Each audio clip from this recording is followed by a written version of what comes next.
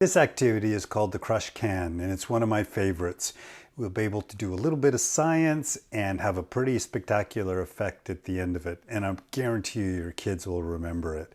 So to get us started, we're going to need a pair of tongs, an empty aluminum can, some ice, a pie plate that's going to hold some water, a hot plate, and about 2 tablespoons of water, give or take a little bit. Of course, I've also got my fire blanket and fire extinguisher because we are dealing with a hot plate. So please make sure that you follow your school's policies around the use of a hot plate in the classroom.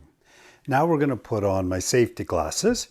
And what I'm first going to do is take some ice and just place a few ice cubes into a pie plate that's about half full of water. And really the goal here is we're just trying to get the water a little bit cooler. It doesn't have to be like super ice cold, but there's enough to kind of let that cool down. And while that's going on, I'm going to add, in the book we say 2 tablespoons. It really depends on the size of your aluminum can.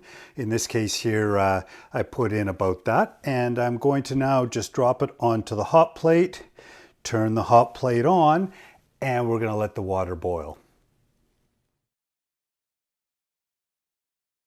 Okay, I think we're ready. I'm just going to remove a little bit of the ice from the water, and the reason for that is, and I'll explain in a little more detail, is I want to be able to not have the ice get in the way of anything. So I've just removed a little bit there. So kind of the center of my, my pie plate is ice free. Now what we're going to do is go over and check on the aluminum can, and we can hear it boiling. And the task for the crushed can activity is we're going to take this aluminum can with my tongs, and I'm going to grab it and bring it over and then quickly drop it into the water. And I want the surface of the can there to hit the water at the same time. Like there's no angle or anything like that. And what we're going to observe is a rapid temperature change from the steam inside of the aluminum can. That's going to cause the pressure to reduce. There'll be less volume of steam, and then we're going to observe what happens from there. It happens really fast, so we'll give you a slow motion version of it, but you really can get the kids to pay attention here because they'll see the effect after. The other thing to remember is when you go to grab the aluminum can carefully, you want to make sure that your palm is facing upwards so that you can easily twist it and put it into the cold water. So here we go. Our water's boiling. We can see the steam.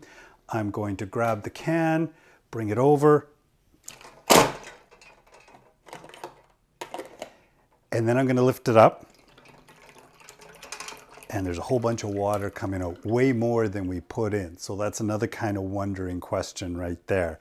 But there we have it. We have the crushed aluminum can. How did it do that? That's the question for kids.